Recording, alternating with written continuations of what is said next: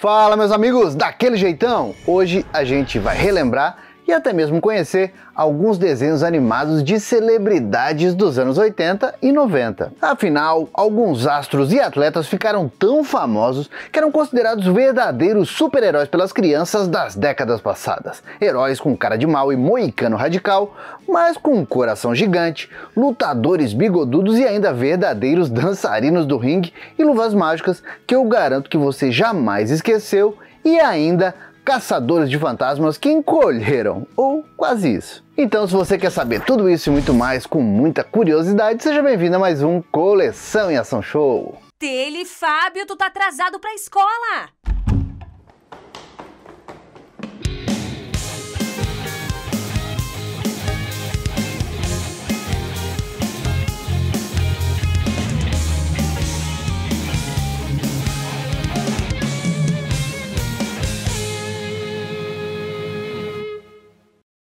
E olha, de cara a gente já começa relembrando o desenho do lendário Lawrence Trudeau, mais conhecido como Mr. T, o homem, a lenda, o mito, o cereal, que arrumou um tempinho para dar umas boas porradas no Rock Balboa, vivendo casca grossa Clubber Lang em Rock 3, o Desafio Supremo, e que ainda teve as manhas de fazer parte do Esquadrão Classe A, uma das séries mais bacanas e icônicas dos anos 80, como o carismático B.A. Baracus.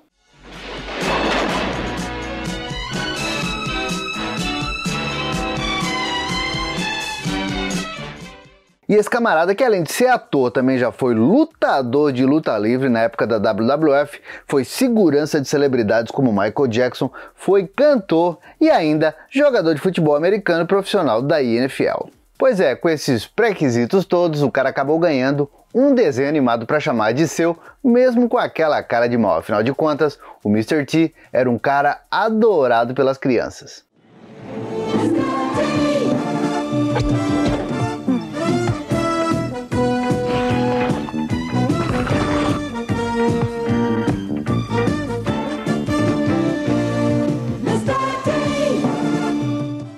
E essa produção do estúdio Rub Spears, da dupla Joe Rubb e Ken Spears, praticamente os pais do Scooby-Doo, colocavam o Mr. T, o seu moicano, e toneladas de joias douradas como treinador de um time de ginástica olímpica composta pelos jovens atletas Jeff Harris, que era o inteligente da galera, Wood Daniels, que era praticamente o líder entre os atletas, Robin O'Neill, uma corajosa ruivinha que não tinha medo de nada, e ainda Kim Nakamura, atleta com memória fotográfica da equipe, que por isso mesmo era imprescindível nas missões do desenho.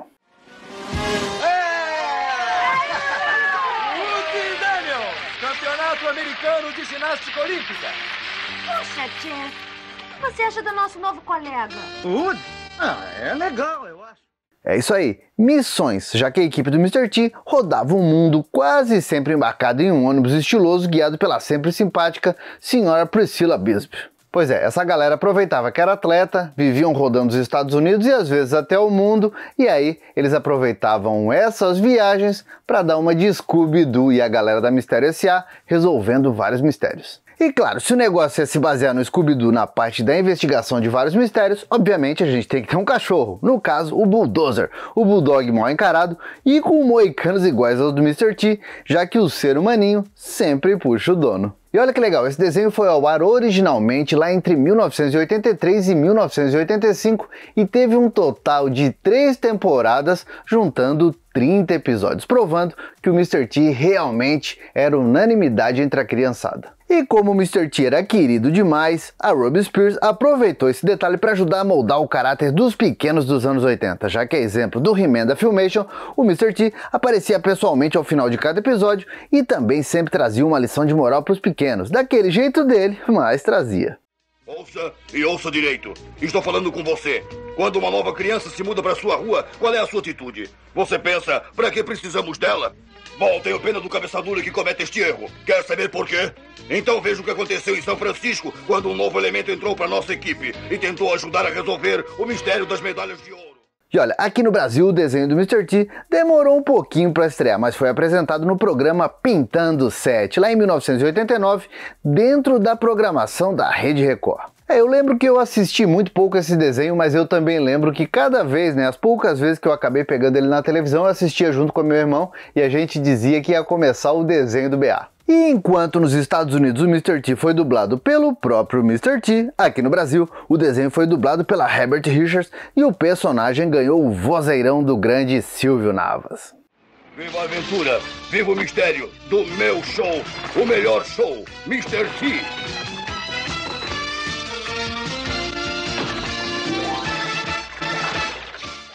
E olha que legal, esse desenho do Mr. T ainda rendeu um serial da Quaker bem conhecido lá fora, já que ficou no mercado norte-americano entre 1984 e 1993.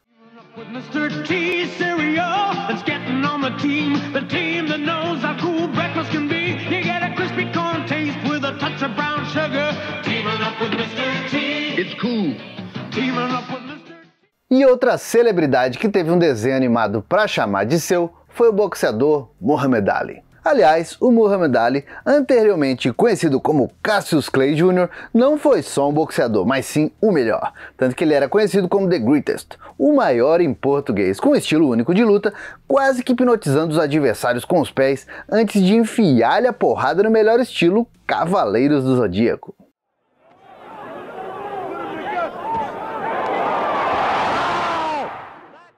E você pode até não lembrar, mas lá no final da primeira metade dos anos 70, o Ali já era considerado um dos maiores atletas do planeta, um dos caras mais conhecidos entre todos os esportes, assim mais ou menos como o Pelé era, já que ele travou verdadeiras batalhas dentro dos ringues contra feras como o Joe Frazier e o George Foreman.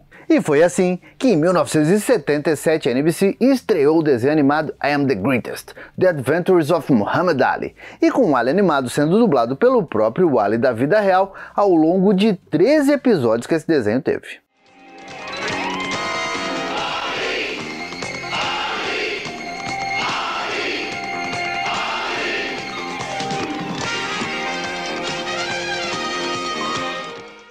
O desenho animado tinha episódios fechadinhos com histórias bem simplistas, vamos falar a verdade, que mostravam aventuras do lutador ao lado de seus sobrinhos, o Nick e o Damon, e ainda em companhia de seu agente Frank Bannister, que aliás também era dublado pelo Frank Bannister da vida real. E para não fugir da regra, aqui o quarteto, as duas crianças, o boxeador e o agente dele, estavam sempre viajando pelo mundo e eles aproveitavam os locais onde o Ali ia lutar para ali dar aquela ajudinha para os necessitados que apareciam durante os episódios.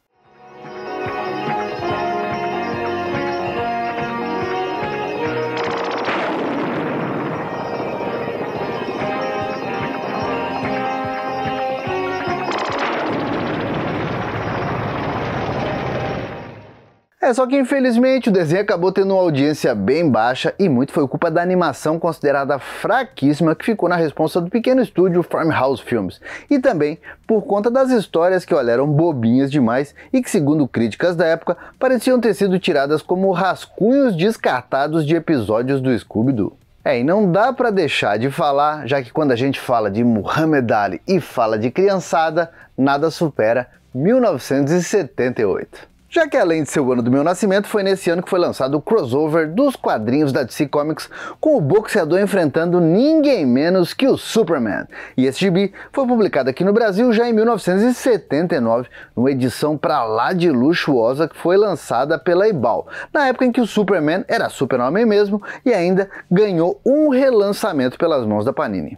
Já o desenho animado do Ali, bom, esse ficou inédito aqui no Brasil, mas vale o registro para quem gosta da história dos desenhos animados. E aí, tá gostando desse vídeo? Então bora deixar aquele like felpudo e quem sabe compartilhar com aquele seu amigo, com aquela sua amiga que sempre sonhou em ser famoso só para ganhar um filme ou então um desenho biográfico, que tal? Bom, eu vou aproveitar o gancho, vou falar de um desenho que mesmo não sendo antigo, vale demais a gente citar aqui, já que ele é praticamente uma mistura de Scooby-Doo, Mr. T e Muhammad Ali. Afinal de contas, quem aí já ouviu falar em Os Mistérios de Mike Tyson?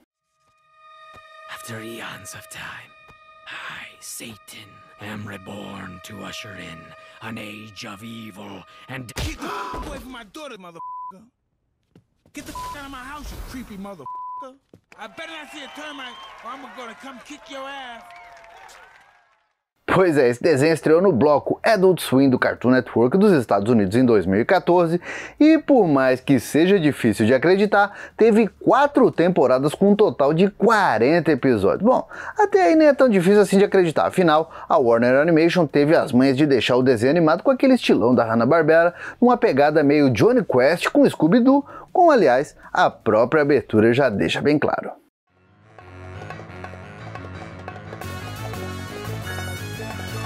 To the Mystery Mobile.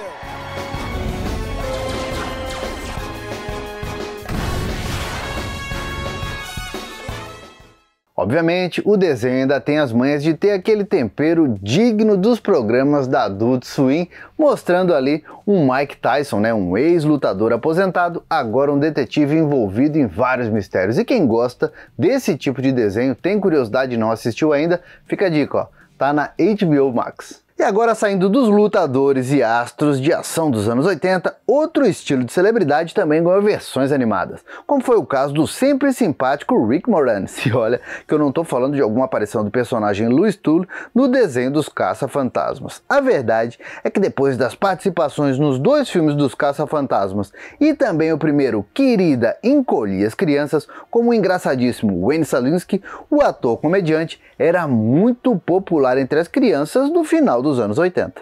E isso levou o estúdio Hanna-Barbera a planejar e executar um desenho animado com o Rick Moranis. E foi assim que em setembro de 1990 a NBC colocou no ar o desenho Rick Moranis em Gravedale High.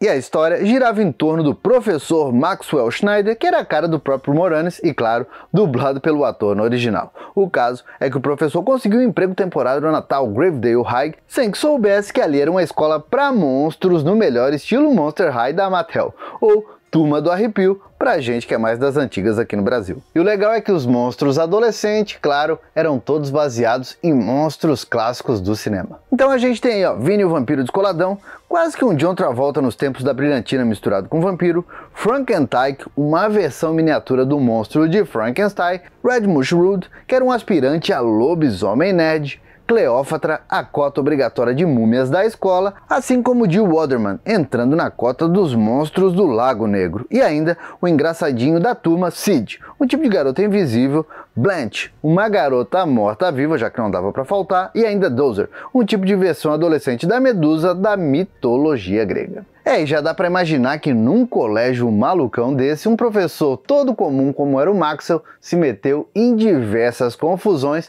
ao longo dos 13 episódios que o desenho teve.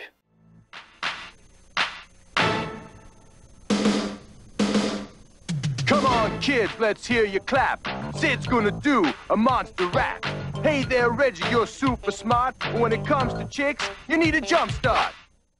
E olha que legal, essa animação ainda tinha muitos personagens diferentes, como a diretora Crone, que levava a coisa toda literalmente na mão de ferro, e muitos outros monstros estudantes e professores, mas acabava se concentrando mais no dia a dia do professor Maxwell e a sua luta para sempre tirar o melhor da turma de monstrinhos dentro e fora da sala de aula. Olha, segundo consta, esse desenho até fez um sucesso razoável, fez um bom sucesso no canal da NBC, passava nas manhãs de sábado, mas acabou não ganhando uma segunda temporada por conta da agenda apertadíssima do Rick Moranis naquela época. Mas dizem também que o principal fato foi que a Ann Belsky, que era a esposa do ator, tinha descoberto que tinha câncer de mama e com isso o Rick Moranis decidiu dar uma enxugada nos trabalhos que vinha fazendo.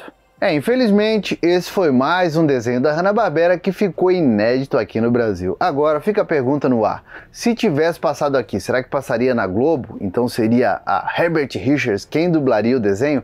Qual seria o nome? Escola de Monstros ou vocês têm outra sugestão? Comenta aqui. E quem é que dublaria o Rick Moranis? Seria o grande e saudoso Júlio Chaves ou também grande Marco Ribeiro, já que esses dois foram os que mais dublaram o ator por aqui no Brasil? Faz assim, ó, comenta isso também pra gente conversar mais a respeito. E ó, outro desenho que pegou carona no sucesso de uma celebridade foi a animação Wish Kid, conhecida como Perdido nas Estrelas aqui no Brasil.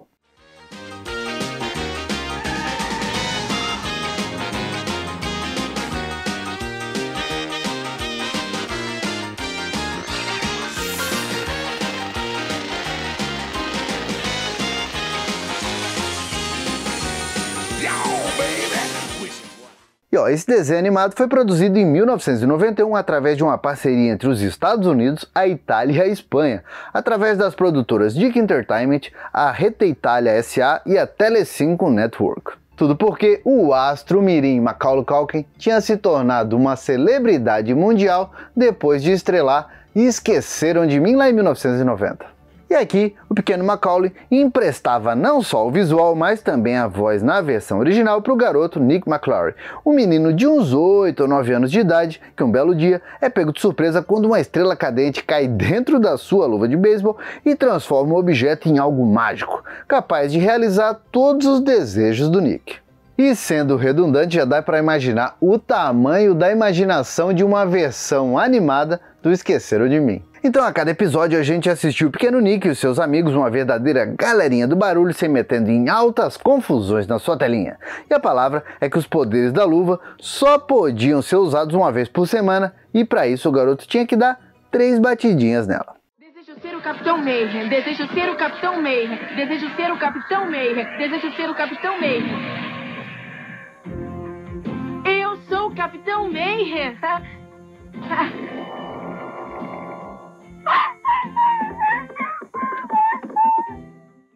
E além disso, ele, o cachorro Lambão e também o amigo Daryl eram os únicos que sabiam do segredo da luva poderosa, e aí eles tinham que estar sempre se escondendo, escondendo o objeto de outras pessoas. E esse desenho passou aqui no Brasil na primeira metade dos anos 90, ali no começo da programação da TV Colosso.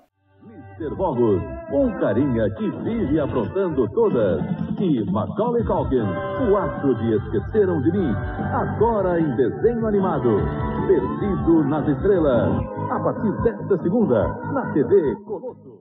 E como deu para relembrar, o astro mirim sempre aparecia no início dos episódios para dar uma prévia da aventura do dia. E para deixar tudo ainda mais legal, aqui no Brasil, se a gente não teve o próprio ator dublando por motivos óbvios, a versão brasileira do estúdio Cinevídeo trouxe o dublador Peterson Adriano para continuar dublando Macaulay Culkin como já era feito no cinema. Meu Deus, que coisa engraçada! Agora somos 2! Incrível! Ah, se eu fosse 2, eu poderia fazer isso 2 vezes mais rápido. E esse infelizmente foi outro desenho que só teve 13 episódios, uma temporada com 13 episódios, apesar de muita gente achar que ele teve uns 50 episódios. E foi outro desenho também que foi encerrado por conta da agenda do ator, já que o Macaulay Culkin naquela época tinha uma agenda bem cheia. Mas agora eu quero saber, curtiam Perdido nas Estrelas? Comenta aí, já que eu particularmente achava esse desenho muito legal de se assistir. Outra coisa que eu quero saber é, tá chegando agora aqui no canal ou já tá um tempinho aqui, mas ainda não tá inscrito? Vamos lá, se inscreve aqui e aproveita para badalar o sininho, porque eu garanto, você vai ter muita nostalgia 2 vezes na semana. E voltando um pouquinho mais no tempo, saindo dos anos 90, chegando em 1985, quem também teve um desenho animado para chamar de seu e um dia mostrar para os filhos foi o astro da WWF e depois WWE, o literalmente grande Hulk Hogan, com o programa Hulk Hogan's Rockin' Wrestling.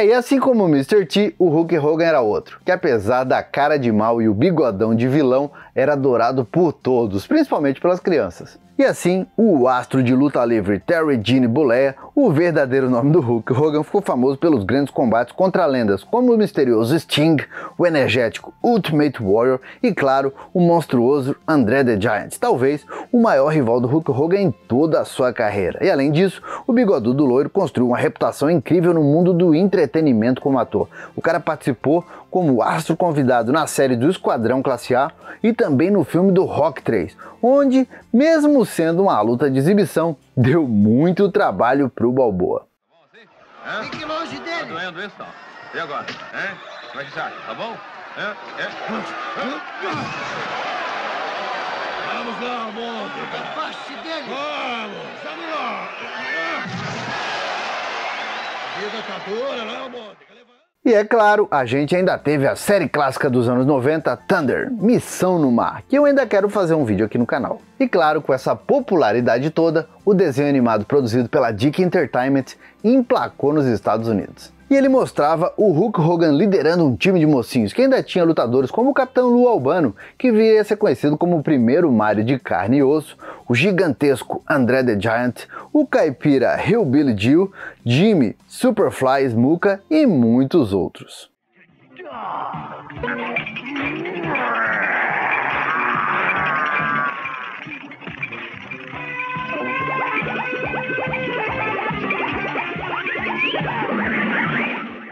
E obviamente o desenho mostrava essa galera sempre entrando em muita confusão, tanto dentro quanto fora dos rings, contra os vilões. E os caras da treta eram liderados por ninguém menos que a versão animada do saudoso Rod Piper, acompanhado de caras maus como o Iron Sheik, o croata Nikolai Volkov, o mal vindo do Oriente conhecido como Mr. Fuji, o sempre mal encarado Big John Studd e muitos outros lutadores que faziam às vezes de rio nas confusões combinadas da WWE, conhecida como Super Cat aqui no Brasil na era da TV Manchete. Ah, coisa clássica. Aliás, quem é que se lembra, hein, dessa excelente fase da televisão brasileira? Era uma época tão boa que a gente nem ligava que às vezes os caras chamavam o Undertaker de coveiro. Infelizmente aqui no Brasil a luta livre, apesar da força lá nos anos 70 com feras como Ted Boy Marino e Fantomas e depois com Super Cat, nunca chegou nem perto de ser a febre que é nos Estados Unidos e por isso mesmo, infelizmente, os 19 episódios desse desenho animado do Hulk Hogan e o resto da galera da WWF ficaram inéditos por aqui. E como última curiosidade, todos os episódios tinham participações dos lutadores da vida real passando alguma lição de moral do dia. Já a dublagem das versões animadas acabaram ficando por conta de dubladores profissionais, já que os lutadores não eram lá muito conhecidos pelos seus talentos teatrais, apesar da WWF ser um teatro. Agora eu quero saber, conheciam esse desenho? Conheciam os outros desenhos que a gente falou aqui?